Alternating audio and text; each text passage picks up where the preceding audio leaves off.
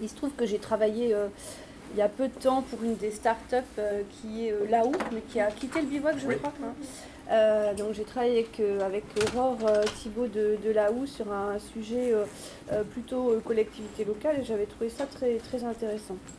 Eh bien, alors moi, je suis attachée de presse, conseil en communication, consultante en communication. J'ai créé une agence à Clermont qui s'appelle Qui plus est, que j'ai revendue il y a un peu plus d'un an maintenant. Donc aujourd'hui, je travaille en freelance en fait. Et je suis vraiment revenue à mon premier métier qui est les relations presse. Je suis une vraie attachée de presse dans l'âme et je pense qu'on a encore du travail sur ce secteur-là pour les entreprises. On a vraiment des choses à faire. Alors bon, bien communiquer avec la presse, encore une fois, c'est pas une science exacte, la communication, et voilà, on fait au mieux. J'aime bien cette citation qui est donc de Divili, qui est l'américain, parce que bien sûr ça vient des États-Unis, qui a créé un peu les RP, qui disait rangez votre maison de fond en comble, puis allez claironner partout que vous avez fait le grand ménage. Bon, en gros, c'est un peu ça. Alors ça a évolué, bien sûr. Aujourd'hui, moi je me qualifie plus de commercial en information, au final, parce que c'est ça, on vend de l'info à des journalistes. Après, il faut juste, donc c'est comme un produit, il faut trouver le bon client qui a ce besoin-là, à ce moment-là. Donc en fait, le secret, il est là. Je vous ai mis quand même quelques slides de contexte, parce qu'aujourd'hui, on a vraiment, la presse vit des heures difficiles, vraiment très compliquées, à la fois parce qu'il y a une crise de confiance avec les Français, et on le voit encore là, la Ligue du LOL, je ne sais pas si vous avez entendu parler de ça, donc ça va en remettre une couche, je pense, sur les problèmes de confiance.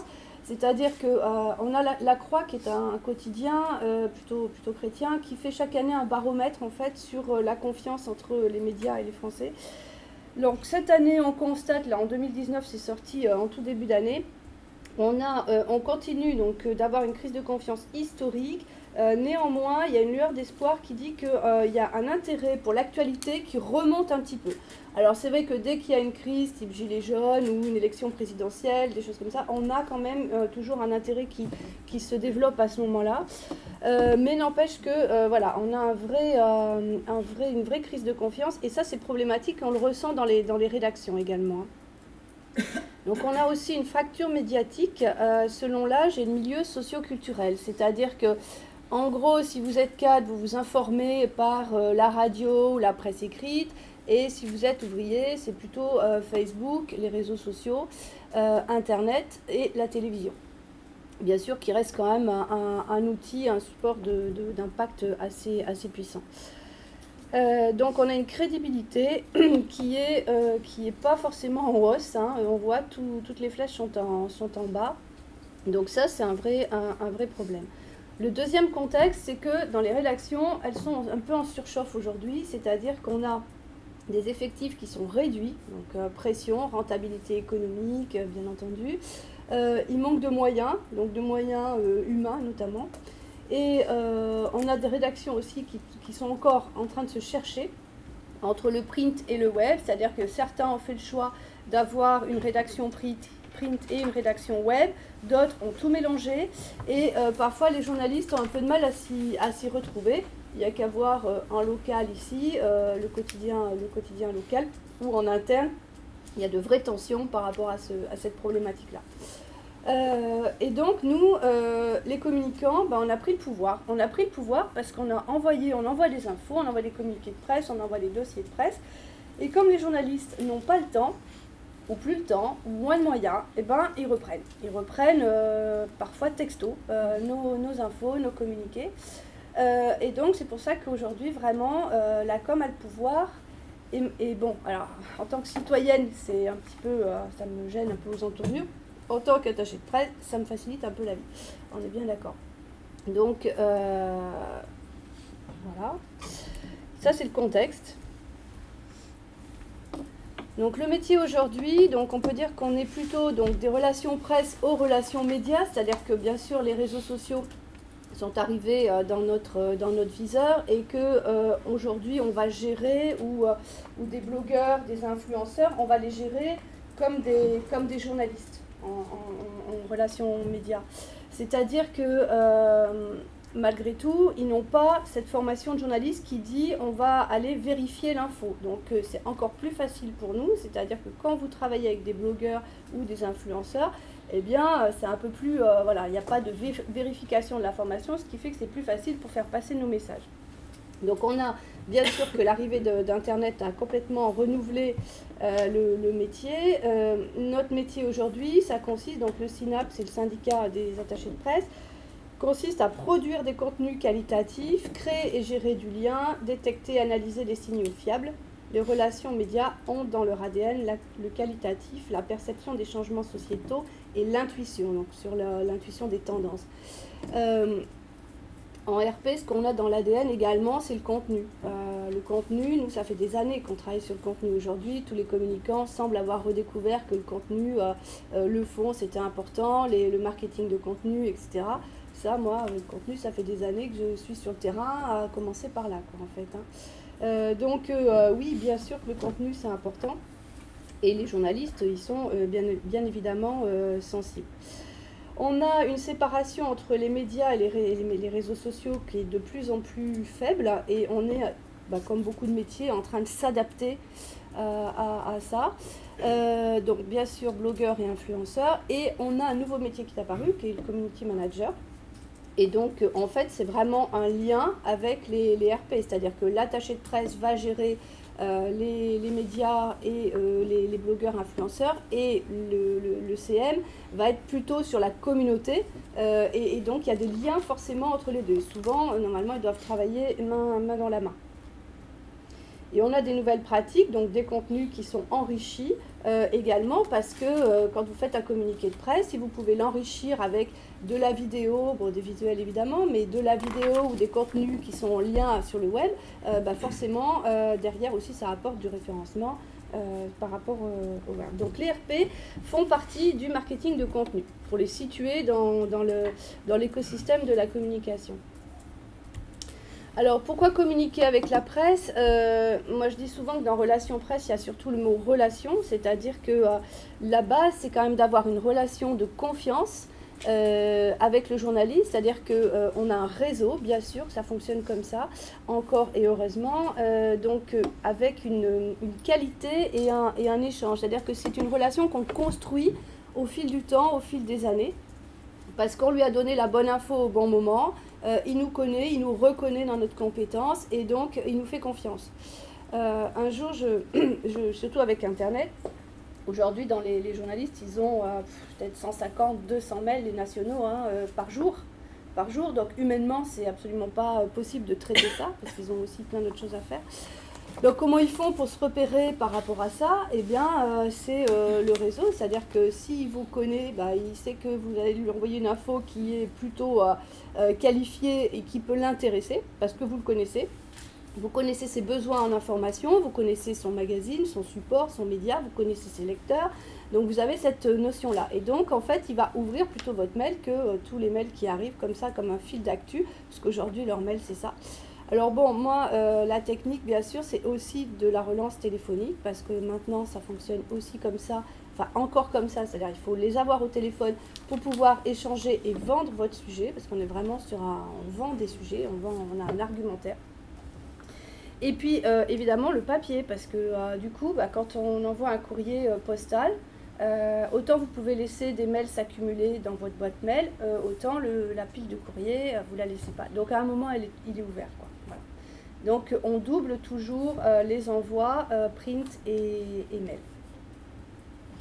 La presse, donc les RP, ça sert à une visibilité pour les marques et pour leurs produits. Bien sûr, c'est de la notoriété. On fait connaître auprès de publics différents. Ça permet de diffuser aussi l'ensemble des messages et des valeurs de l'entreprise. On amplifie l'impact des actions de com. Ça coûte moins cher qu'une campagne de pub. Donc c'est vraiment une des techniques de communication qui a le meilleur rapport qualité-prix. Et c'est une information donc qualifiée et validée par un journaliste, c'est-à-dire qu'elle est crédible. Si vous prenez un journal, entre la pub et l'article, vous allez avoir tendance à mettre plus de crédibilité sur l'article. Donc voilà pourquoi les RP sont quand même encore indispensables à la communication. En termes d'objectifs, elle découle bien évidemment de la stratégie d'entreprise et de la stratégie de communication, tout est en lien. Donc on est sur une stratégie globale de développement de notoriété. En gros, si vous voulez vous faire connaître, il n'y a rien de mieux que les relations presse. Ça permet de changer la perception, on gère la réputation de l'entreprise, ça permet de lancer un nouveau produit, d'augmenter une notoriété également de l'entreprise, donc sur du corporate ou d'un produit, et puis d'installer un dirigeant, par exemple, comme expert sur un secteur d'activité. Aujourd'hui, je travaille avec un dirigeant d'entreprise qui a une vraie expertise sur un domaine assez technique. Et mon job, c'est vraiment de l'installer dans les médias, de faire en sorte qu'il soit interviewé de façon à ce qu'on puisse faire entendre sa voix et sa vision et son point de vue. Voilà. Et donc, par exemple, là, sur un coup comme ça, première étape, l'AFP. L'AFP parce que derrière, ça diffuse auprès de tous les médias. Et donc, on va aller chercher l'interview, le papier de l'AFP, de façon à ce que derrière, on puisse commencer à avoir une première visibilité. Donc ça fonctionne bien aussi sur de la com du dirigeant. Alors en termes de stratégie, c'est savoir sélectionner les bons médias, de bien les cibler, bien entendu, de délivrer le bon message au bon moment et au bon interlocuteur. C'est vrai que, par exemple, quand on a travaillé sur l'AOU, premier envoi de communiqué, donc l'AOU, c'était une campagne sur le recrutement du département du Cantal, qui a des difficultés pour recruter, les entreprises du département ont des difficultés pour recruter du personnel, à tous les niveaux d'ailleurs. Et l'AOU avait lancé une campagne de communication sur les réseaux sociaux pour recruter des talents via un job dating virtuel. Donc ils avaient fait ça une première année. Ils avaient commencé de faire un peu de RP, mais bon, voilà, c'est pas leur job. Donc ils avaient obtenu quelques bricoles, mais pas forcément ce qu'ils espéraient. Et le challenge de cette année était de faire x2 en termes de contacts et de retour de candidats. Donc en fait, c'est vrai que Aurore, elle travaillait plutôt sur les réseaux sociaux, et moi sur la partie presse classique. Premier papier, on a fait une page dans le JDD, le journal du dimanche. Donc ça, c'est vraiment aussi, ça fait partie des supports un peu leaders qui sont lus parce qu'ils se lisent entre eux. Hein. Donc si vous faites du Parisien, si vous faites du JDD, si vous faites du Monde, derrière, c'est plus facile parce que quand vous appelez les copains, ah oui, d'accord, ok, j'ai entendu parler, etc. Et on a fait un x4 au lieu de x2 en résultat au final de la campagne avec des papiers. On a fait la couve du Figaro Echo, on a fait de la télé évidemment. Enfin voilà, on a eu de très bons résultats sur cette campagne-là parce que stratégiquement, c'est bien d'avoir un média un peu leader qui va sortir le premier papier et derrière, ça va être plus facile pour vous aussi. Créer des contenus originaux et attractifs. L'idée, c'est d'avoir le bon angle pour chaque média ciblé. Donc ça veut dire de bien connaître le média, ça veut dire de bien avoir analysé les besoins du journaliste ou les besoins éventuels du journaliste par rapport à son lectorat pour intéresser son lectorat, voire de nouveaux lecteurs. Bien sûr, s'assurer de la pertinence de l'info en fonction des thèmes rédactionnels. Alors pour ça, on a des outils, bien entendu. Et puis, créer de la proximité grâce à cette fameuse relation qui est privilégiée et qui permet d'avoir un réseau qu'on entretient. Quand vous dites que vous anglez à chaque fois le message en fonction des médias, c'est-à-dire qu'à chaque fois, vous produisez... Pardonnez-moi, je vous interromps. S'il vous plaît, vous avez les chaises pour vous asseoir. Les tables, c'est pas fait pour s'asseoir. Elles sont pas très solides. Merci. C'est un petit pour les tables. Venez devant, on va pas vous manger.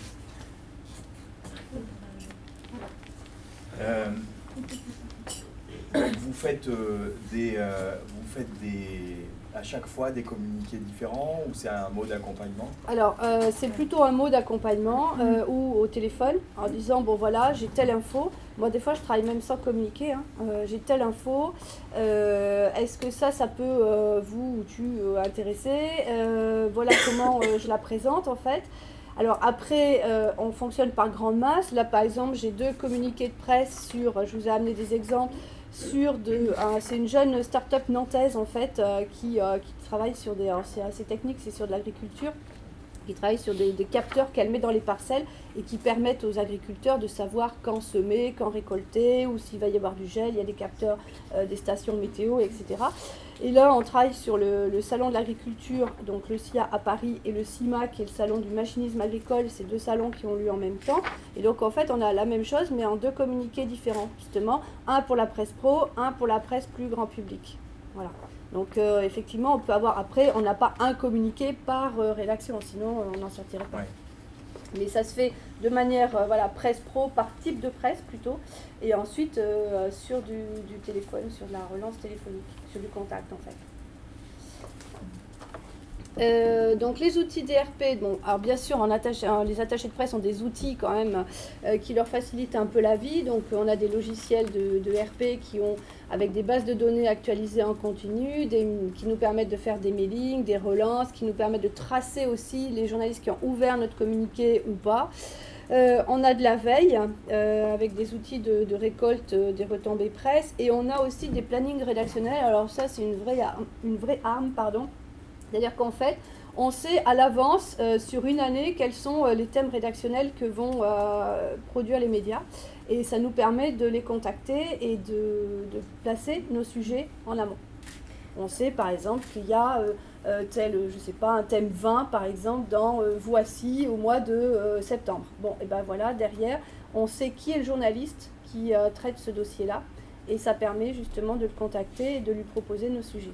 Donc là, on a toujours une longueur d'avance. Comme ça, Oui. ou c'est parce que vous connaissez Non, c'est dans des outils comme ça aussi. Après, c'est un financement, enfin, c'est un coût supplémentaire, mais c'est eux qui nous fournissent ces informations-là. Et donc, ils gèrent aussi l'envoi de mailing à la presse. En fait, c'est vous qui le gérez dans votre outil. Oui. Vous avez possibilité d'envoyer les mailings donc en fait d'un mail, ça part à toute la base, le fichier presse que vous avez sélectionné. Et ça vous permet de voir qui a ouvert aussi le CP. Si vous faites un CP en lien, vous savez qui a cliqué sur le lien. Donc ça vous permet après d'orienter vos relances téléphoniques. D'accord.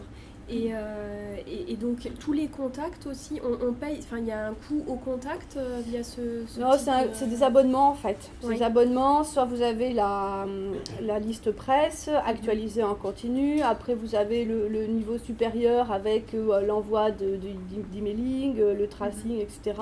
Et encore supérieur, le planning rédactionnel. Donc ça pour vous, ça peut être par exemple un bon outil quand on n'a pas encore un réseau suffisant de connaissances des journalistes. Oui, c'est un bon outil, effectivement. D'accord. Moi, enfin, pour nous, c'est indispensable cet outil-là. Ouais. Je veux dire, on ne peut pas travailler sans. Quoi. Et c'est personnalisable, enfin au niveau de l'envoi du sender, c'est quand même vous ou Oui, c'est le, ou oui, c'est oui, cet non, outil c'est vous, Ouais. c'est vous, c'est votre mail, ça Mhm. vient de votre boîte mail. D'accord. Donc, tout à fait. Mhm. Non, c'est, enfin, pour nous, c'est Mhm. des outils aujourd'hui Mhm. qui sont incontournables. Mhm. Parce qu'après, on peut travailler à l'ancienne sur les plannings rédactionnels, on appelle les services pub, ce qu'on faisait avant, hein, on nous demandait l'équipe média, Mhm. et après, bien sûr, je me disais, bah tiens, voilà, mais bon, on y passait un temps fou, là, tout est là, sous la main, quoi. Ouais, d'accord. Ça marche aussi à l'international ou c'est uniquement... Oui, si, ils ont aussi des bases de données internationales, tout à fait. Et c'est cet outil-là que vous recommandez du coup Moi, alors Cision, attention, ou il y en a j'ai d'autres aucune action nulle part, mais c'est vrai que bon, moi je bosse avec Cision. Après, Ouais. voilà, Ouais. hein, chacun, il y a. Mais aujourd'hui, Cision, ils ont regroupé hors antenne. Avant, il y avait plusieurs acteurs. Il y a un autre acteur, c'est l'Argus Press aussi. Il faut aller voir, il faut Argus comparer. Press. Ouais. Mhm. Vous pouvez avoir vous les appelez, le service commercial peut vous faire des démonstrations en ligne en fait, hein, par téléphone. Donc, il D'accord. vous donne un code, vous allez voir, comme ça vous permet Oui. un peu aussi de vous familiariser avec l'outil. Et après, ça dépend de votre budget. Hein. Mhm. Si vous voulez un budget avec un outil complet, il faut bien compter dans les 5-6 000 euros par an. Hein. D'accord. C'est pas neutre non plus. Quoi.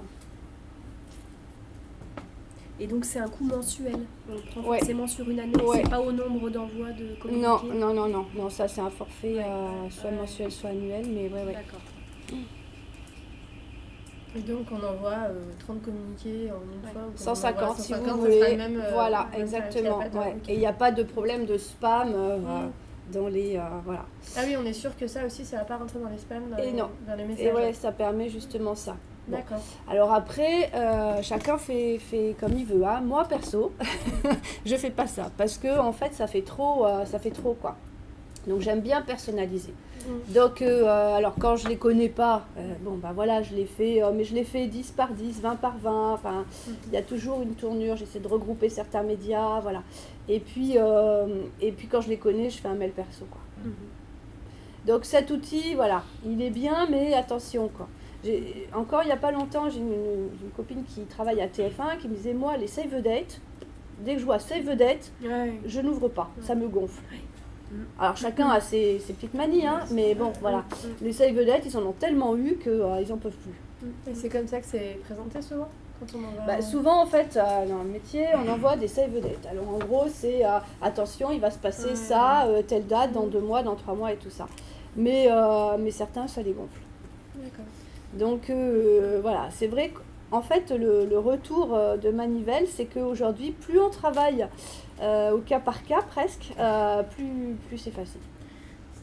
Et ça, c'est le réseau en fait que vous avez ou que vous n'avez pas. Vous allez toujours pouvoir diffuser 250, 300 communiqués de presse par mail si vous voulez. C'est pas un problème avec ce genre d'outil.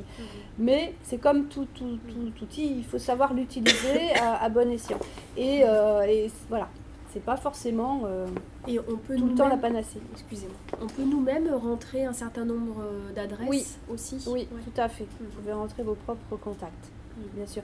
En fait, vous pouvez même donner votre classeur, enfin fichier Excel, et puis il vous l'intègre directement, si ça vous facilite la vie. D'accord.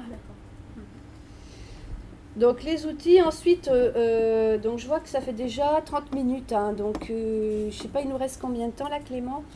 À 10h30, il faut qu'on sorte. Et il est quelle heure? Il est 10h05. Non, 10h moins 5. D'accord, c'est bon. Donc les outils et les moyens RP, donc bien sûr hein, le fichier presse qui va sélectionner les médias qu'on va cibler avec bien sûr toutes leurs coordonnées. Le communiqué de presse, alors le communiqué c'est vraiment aujourd'hui l'outil préféré des journalistes parce que c'est ce qui va le plus vite. Donc on a dans un communiqué de presse, on informe sur une actu quoi en fait, une nouveauté, un fait marquant, c'est de l'actu. C'est une page ou 2 maximum avec un fichier associé. Alors je vous ai amené donc des exemples si vous voulez après jeter un œil. Dossier de presse, alors dossier de presse, il y a différents formats. Il y a du dossier qui ressemble à de la plaquette. Il y a du dossier un peu plus travaillé avec beaucoup de contenu. Donc ça c'est le sommet de l'élevage, donc c'est un gros salon. J'ai ce genre de choses aussi avec de la baguette, beaucoup plus simple. Donc en termes de budget, bien sûr, c'est pas la même chose, mais on peut faire des choses très simples. Avec ça. Donc communiqué de presse, dossier de presse, pardon. Donc là on est sur 4-10 pages qu'on peut donc imprimer ou envoyer en pièce jointe d'un mail. Où là on est plus sur quelque chose de détaillé en fait. Souvent le dossier de presse c'est assez complet. La conférence de presse, donc l'objectif c'est de présenter le produit ou le service et son fonctionnement, donc avec des illustrations, vidéos, schémas, etc. Donc là, c'est une rencontre qu'on organise avec les journalistes dans un lieu particulier et avec une liste de médias qu'on a sélectionnés et invités. Attention, on ne convoque pas la presse, on l'invite. J'entends encore ça parfois, à mon grand désespoir. L'invitation presse, l'objectif c'est de les inviter à participer à un événement. Donc là, c'est un texte court d'une page qui va présenter les enjeux, les thématiques qui vont être abordées, bien sûr le lieu, l'heure, le programme, les intervenants, le contact, pour pouvoir confirmer ou avoir des infos complémentaires. Voyage de presse, donc là, on est plutôt sur quelque chose de terrain, où on invite les journalistes sur le terrain, avec une visite d'entreprise, une rencontre, enfin il y a toujours une visite de quelque chose, d'un site de production par exemple, où là on prend en charge donc en général le transport, l'hébergement, les repas, c'est-à-dire qu'on est vraiment sur un accueil complet, quoi. Alors, je vous avais mis comment bien rédiger un communiqué de presse. Je vous ai remis l'exemple de Winat, là, dont je vous parlais tout à l'heure. Donc aujourd'hui, voilà, communiqué de presse, c'est l'outil préféré des journalistes. Qu'est-ce qui va intéresser le journaliste et donc son lecteur? Ça, c'est vraiment la bonne question à se poser dès le départ. Parce que c'est pas parce que vous avez une actu que cette actu va intéresser les médias, hein, attention. Donc c'est plutôt, il faut raisonner à l'envers, c'est-à-dire qu'est-ce qui va les intéresser dans mon actu. Trouver l'angle, bien sûr, qui est adapté aux besoins du média. Et puis le communiqué de presse, il a une structure bien précise avec la mention communiqué de presse. On le voit, la date en haut. Alors bon, là c'est Salon de l'agriculture 2019. On a un titre, on a un chapeau. On a un texte du plus important au moins important. On a un à propos, ce qu'on appelle à propos, c'est-à-dire qu'on rappelle sur les fondamentaux de l'entreprise, et un contact presse. Ça, c'est toujours cette même structure-là, sachant qu'on doit répondre à, en gros, 5 questions. Hein, ce qu'on nous apprend en formation, c'est qui, quoi, où, quand, comment, pourquoi. Voilà. En gros, le communiqué répond à ces 5 questions-là.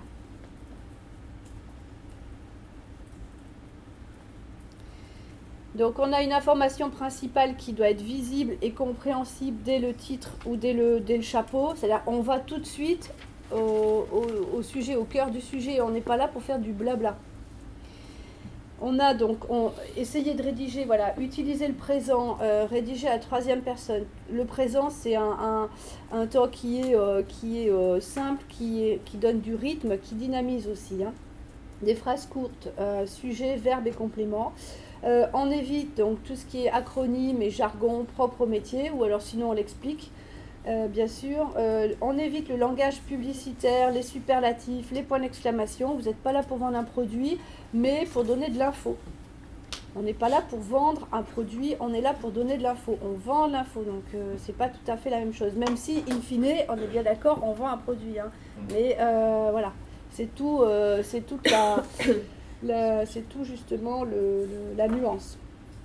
Et bien sûr, enrichir le communiqué avec des liens web, des visuels, des schémas, des infographies, des photos.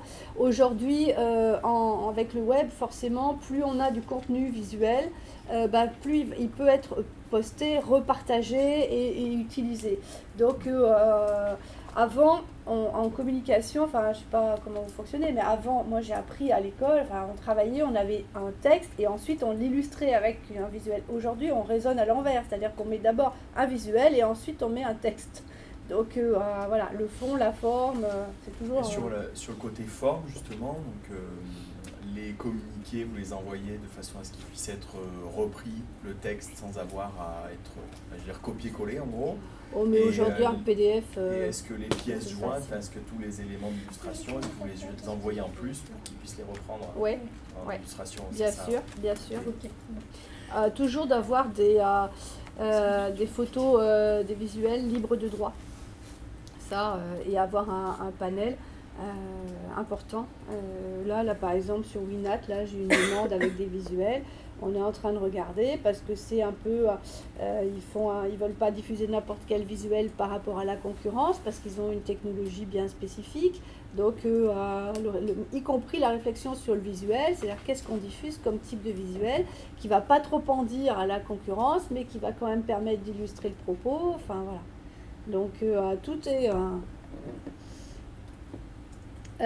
organiser une conférence de presse, donc d'abord bien réfléchir au sujet. Encore une fois, c'est pas parce que vous avez des choses à dire que ça va intéresser les journalistes. Le programme, les intervenantes, quel est mon actu, qui en est le meilleur porte-parole, ça c'est vraiment des questions à se poser. Dans les dates, éviter les lundis, les mercredis, les vendredis, donc avec les RTT. Ah ouais, mais depuis les RTT, je vous dis pas. Et le dimanche, c'est bon? En gros, c'est mardi, jeudi, 11h.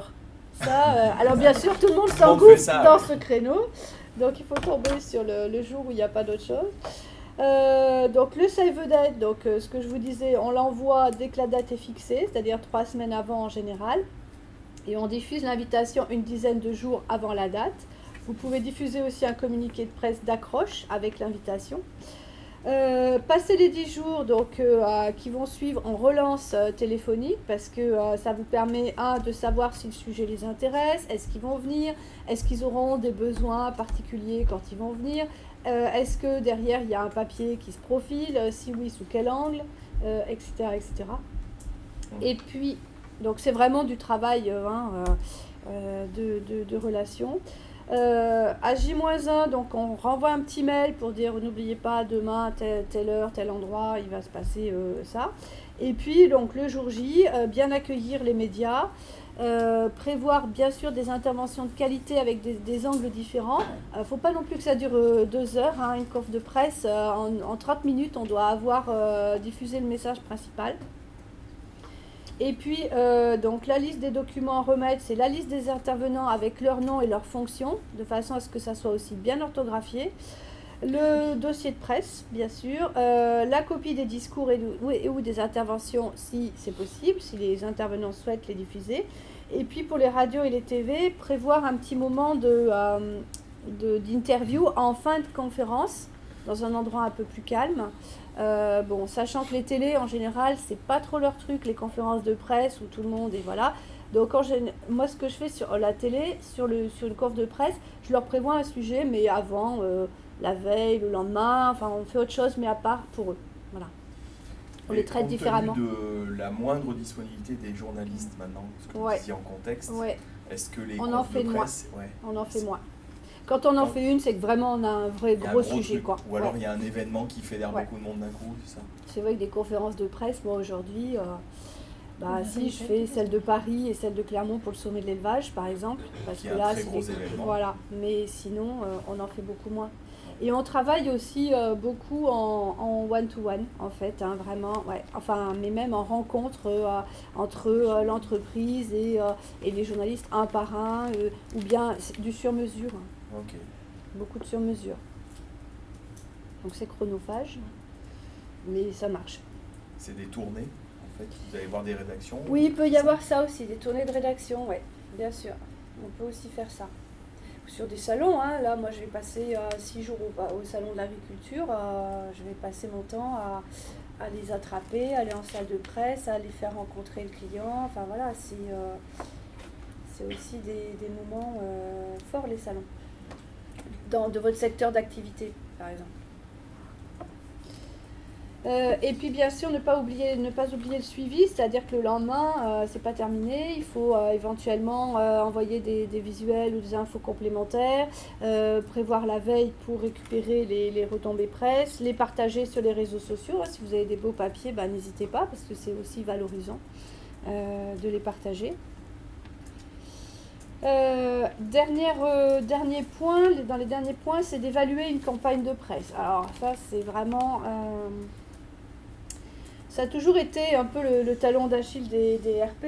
Comment on évalue? Alors avant, à l'ancienne, on était sur l'équivalent publicitaire. Donc en gros on disait tiens, j'ai eu un quart de page dans le Figaro, si je l'avais acheté en pub, ça m'aurait coûté combien? Alors bien sûr, tout le monde les RP étaient toujours gagnantes parce que forcément les honoraires de l'attaché de presse, les frais techniques, c'était forcément moins élevé qu'une pub dans le Figaro ou ailleurs. Ça a amené aussi des façons de travailler qui étaient un peu limites, notamment dans les grosses agences parisiennes où les attachés de presse avaient de telles pressions, où elles ont encore parfois, c'est-à-dire qu'elles allaient tout de suite à la télé, c'est-à-dire il fallait que le client donnait les objectifs en chiffre d'affaires en fait, en disant voilà, moi cette année il me faut X euros de retombées. Et donc les filles, qu'est-ce qu'elles font? Elles courent direct sur TF1, sur France 2 et tout ça pour avoir du JT qui va vraiment qui va faire du chiffre en audience et donc remplir des objectifs. Résultat, c'est pas très stratégique. Bon, c'est sûr, quand vous faites un JT, un 13h TF1 ou un 13h de France ou un 20h de France 2, c'est hyper impactant. Mais qu'est-ce qu'il y a derrière? Quid? Donc, bien sûr, il en faut, mais il ne faut pas que ça. Donc aujourd'hui, l'évaluation d'une campagne, d'abord, il faut évidemment avoir bien réfléchi aux objectifs en amont, c'est-à-dire qu'est-ce qu'on attend de cette campagne de presse? Est-ce qu'on ne va pas parler pour parler? C'est-à-dire quels sont nos objectifs, nos enjeux, et donc de là découlent des critères d'évaluation, en fait. Alors, les quelques indicateurs, donc à la diffusion, on parlait tout à l'heure des taux de clics, taux d'ouverture du communiqué de presse et les taux de clics sur des liens que vous avez pu mettre dans le communiqué, donc ce qui permet, ça va vous donner aussi des indicateurs. Bien entendu, toujours le nombre de retombées presse, ça permet de voir s'il y a du volume, quels sont les médias qui ont relayé votre actu et donc l'audience, leur audience. L'équivalent publicitaire, encore une fois, il est encore pratiqué dans le métier. Moi, je ne suis pas fan et c'est vrai que j'ai été formée où on disait non, mais surtout pas ça, mais il est encore pratiqué, donc je ne pouvais pas ne pas vous le mettre. La tonalité des retombées, c'est-à-dire après, on fait aussi une analyse des retours. Est-ce que c'est un message qui est plutôt positif ou négatif? Est-ce que par rapport au message initial que je souhaitais diffuser, est-ce que je le retrouve au final dans les supports? Quelles ont été les thématiques, le champ lexical, etc., etc. Donc ça permet aussi d'avoir un peu de retombées, d'avoir une analyse qualitative. Quelle est votre part de voix dans votre univers concurrentiel? C'est-à-dire que dans vos concurrents qui sont identifiés, quelle est votre part, eux, s'ils ont beaucoup de retombées, vous pas beaucoup, ou l'inverse, comment tout ça s'articule. Et puis bien sûr, le trafic web généré, les partages sur les réseaux sociaux de votre actu, si vous avez possibilité d'avoir ces indicateurs-là, des tweets, des likes, des retweets, etc.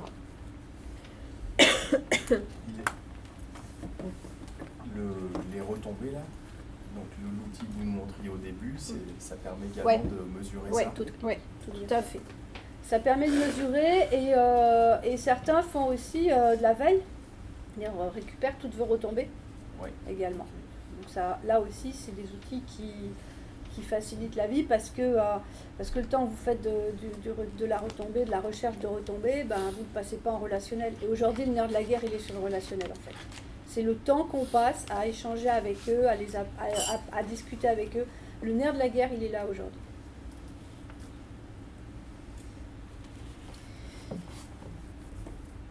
Et donc, quel contenu pour un brief RP? Ça, j'avais noté ça aussi. C'est-à-dire si demain, vous devez faire appel à une agence ou une attachée de presse, qu'est-ce que vous devez lui communiquer comme information pour qu'il puisse vous faire une réponse adaptée et correcte? Donc bien sûr la présentation de l'entreprise, activité, histoire, les dates importantes, les avantages concurrentiels de vos produits.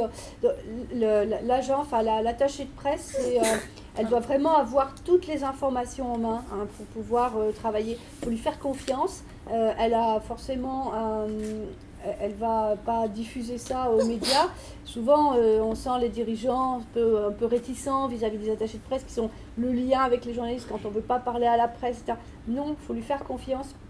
Il y a une clause de confidentialité évidemment et elle va pouvoir vous dire voilà, moi je peux travailler comme ci ou comme ça. Moi je suis assez en général je dis aux clients vous voulez faire la une du Monde, non, n'y croyez pas, on se met des objectifs qui sont qu'on pense atteignables aussi et après on travaille en confiance et si je sens que j'ai de la confiance, bien sûr que derrière c'est plus facile.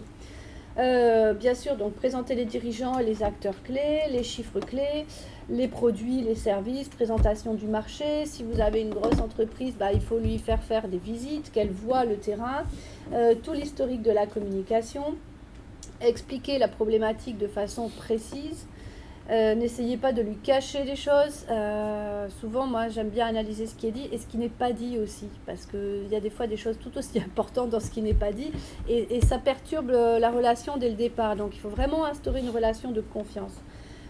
Qualifier et quantifier les objectifs, parce que après, si vous êtes mis d'accord sur des objectifs en commun, ça va fonctionner tout seul. Préciser les cibles médias, c'est-à-dire de quoi vous rêvez, et puis après, on adapte. C'est pas parce que vous en rêvez que vous l'aurez, hein, attention, hein, mais au moins ça permet d'avoir une ligne directrice. Précisez vos attentes en termes de contenu, de diffusion, de bureau de presse, c'est-à-dire qu'on peut intervenir de façon ponctuelle. On peut intervenir en continu sur des bureaux de presse. Un bureau de presse, justement, il est tout le travail des prévisions rédactionnelles dont je parlais tout à l'heure. Ça, c'est dans le cadre d'un bureau de presse. Et donc là, c'est des honoraires mensuels. Donc, quelles sont vos attentes, quels sont vos besoins, et indiquez votre budget, parce qu'on s'adapte au budget aussi. Hein, ce n'est pas forcément des techniques qui coûtent très cher, mais c'est bien, enfin il faut quand même un peu de budget sur des frais techniques, si on veut accueillir des journalistes. Alors si vous avez beaucoup de budget, on va en accueillir 10, si vous n'en avez pas beaucoup, on peut faire 2. Enfin, voilà, on a besoin d'avoir un cadre budgétaire pour savoir dans quoi on s'inscrit. Voilà, j'ai essayé d'être le plus synthétique possible. Je ne sais pas maintenant... si vous avez des questions. Vous avez parlé pendant l'intervention d'un dirigeant que vous essayiez de placer comme expert. Ouais. À ce moment-là, comment on fait? Comment ça se passe? Alors, sur ce cas précis, donc il s'agit d'un chef d'entreprise qui a une expertise sur un thème qu'on appelle l'agriculture de conservation des sols. Je ne sais pas si ça vous parle, c'est technique. Donc l'agriculture de conservation, c'est des pratiques agricoles qui sont nouvelles et qui commencent à arriver un peu, qu'on commence à voir poindre. Les journalistes se posent beaucoup de questions sur le sujet parce que souvent, il y a 4% des agriculteurs qui pratiquent cette agriculture en France aujourd'hui et ce sont ceux qui ont encore besoin du glyphosate. Ça vous parle mieux le glyphosate. Et donc, ils défendent, ils expliquent pourquoi ils en ont encore besoin. Et lui, il a une expertise qui dit, moi, je peux faire ça, mais sans glyphosate, avec des solutions, ce qu'on appelle du biocontrôle. Donc, ce que je vous disais tout à l'heure, j'ai beaucoup échangé avec lui. Et ensuite, j'ai écrit un petit bio. Et j'ai écrit une pré-interview, c'est-à-dire j'ai appelé ça 3 questions A. Et donc, je pose les questions et je fais les réponses. Hein. Donc, ça, c'est pratique. Donc, bien sûr, il valide, etc. Et avec cet outil-là, donc j'ai commencé. Là, la mission, c'est de lui faire rencontrer des journalistes pendant le Salon de l'Agriculture. Donc, dans 15 jours, à peu près 3 semaines. Donc, premier appel téléphonique, l'AFP. Je connais la journaliste qui s'occupe d'agriculture à l'AFP. Je l'appelle. Je lui dis, est-ce que ça t'intéresse? Alors, quand je prononce le mot magique, c'est glyphosate. Il faut savoir, faut suivre l'actualité. Hein, moi, à l'école, on me disait un quotidien national, un quotidien régional tous les jours. Ça, c'est obligatoire. Il faut être open à 360 en permanence. Donc, je sais que le glyphosate, ils sont tous à cran sur le sujet et que dès que vous prononcez le mot, voilà. Donc, il suffit de le sortir au bon moment. Donc là, ce soir, elle a une interview téléphonique avec lui à 18h. Elle prépare son papier d'avant-salon. Elle va sortir le papier. Donc derrière, les autres vont lire et ça va commencer de cette façon. J'ai eu hier la journaliste des Échos, voilà, qui est aussi intéressée et qui va me rappeler aujourd'hui. Et on va caler. Et ainsi de suite. Et après, j'ai le Parisien en ligne de mire. Donc quand j'aurai fait ces 3-là, après, je vais essayer de faire du France Inter. Donc c'est vrai, quand je dis c'est du sur-mesure, c'est vraiment du sur-mesure. Donc on va aller voir sur une radio, Inter, idéalement. Après ça peut être RTL, puisqu'ils sont aussi partenaires du salon de l'agriculture. Donc je vais essayer donc de le placer à ce moment-là, dans une émission. Là je visais la tête au carré, parce qu'on est sur une émission un peu scientifique. J'attends de savoir s'ils font du direct pendant le SIA ou pas. Ça, je ne sais pas encore, et eux non plus. Je les ai eus hier au téléphone. Donc voilà, on avance comme ça, de façon progressive, on va dire. Jusqu'à un moment, ça va sortir, quoi. Et là, il va apparaître, il va avoir une visibilité médiatique qui va faire qu'il va avoir cette reconnaissance, cette voix, quoi. Et derrière, on peut travailler sur son entreprise par ailleurs. Voilà. Donc vous avez une bonne expertise dans l'agriculture. Agriculture, agroalimentaire aussi. Okay. Mais après, je sais faire aussi du tourisme, parce que j'en ai fait longtemps du tourisme.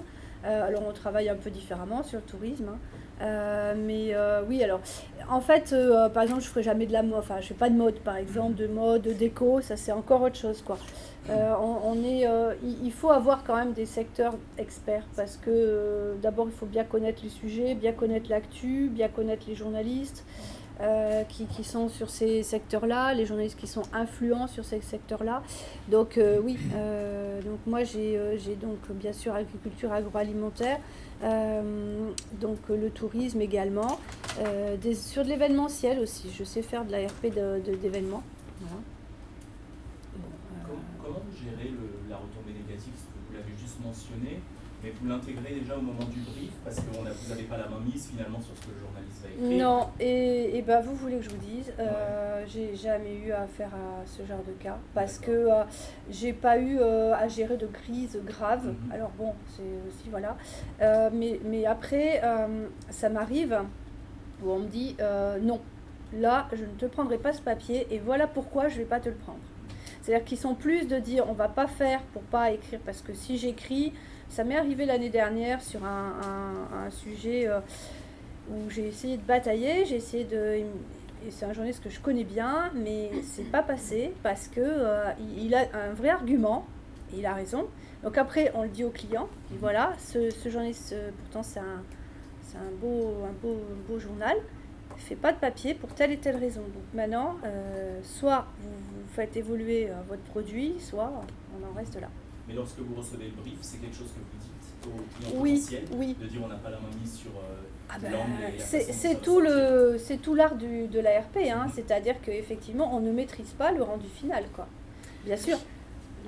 Par contre, mais tout le travail en amont fait que en général ça se passe bien. Est-ce que vous pouvez aussi dire, ok, un tel et un tel, il a une approche qui fait qu'il vaut mieux pas lui soumettre le sujet pour ne pas risquer de se brûler les doigts. On prépare le client. On a des fois des médias training, c'est-à-dire alors ce qu'on appelle des Q&A, c'est-à-dire les questions-réponses. Ouais. Donc on pose les questions, on fait les réponses, et il a pris ça par cœur, enfin ou presque. Hein. Mais en tous les cas, voilà, on l'a briefé, il est préparé, et il sait exactement les mots à utiliser et ceux à ne pas utiliser. Donc oui, il y a effectivement tout un travail en amont qui est fait pour le préparer. Ça, on le lâche rarement comme ça dans la nature. Ouais. Surtout sur des sujets un peu sensibles des fois. Bon, après sur des sujets plus tranquilles, il n'y a pas forcément besoin de tout ça, quoi. Vous avez identifié l'AFP comme prioritaire peut-être au niveau des contacts. Comment ça marche en fait? C'est une plateforme L'AFP c'est une agence de presse en fait. Donc ils font des papiers et ils les diffusent à tous les médias qui sont abonnés chez eux en fait. Ouais. Donc ils peuvent être repris tels quels, signés AFP. En fait les médias sont abonnés à ce fil de contenu, quoi. Du contenu. Donc c'est pas les médias qui vont chercher parce qu'ils ont un article à faire sur le domaine. Ah, ça peut arriver. Mais en fait, ils ont des abonnements. Hein, donc ils ont les dépêches. Alors il y a les dépêches d'actu. Attention, il y a un immeuble en feu à Paris tout de suite là. Donc après hop, tout le monde s'y jette.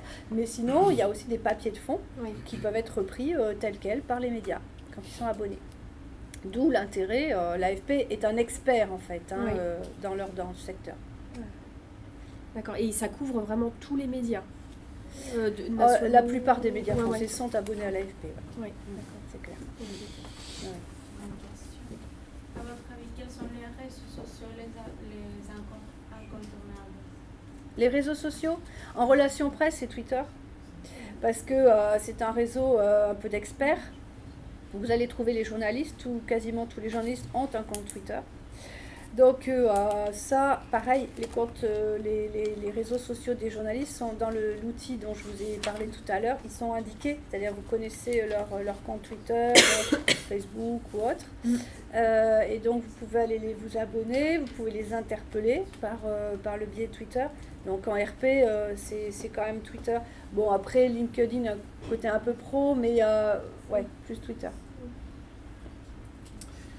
Il nous reste 5 minutes, donc peut-être une dernière question si vous avez. Une question par rapport à ce qui existe dans le monde des journaux scientifiques, sur les journaux que j'appelle de vulgarisation. Il y a une pondération des magazines ou pas? C'est-à-dire?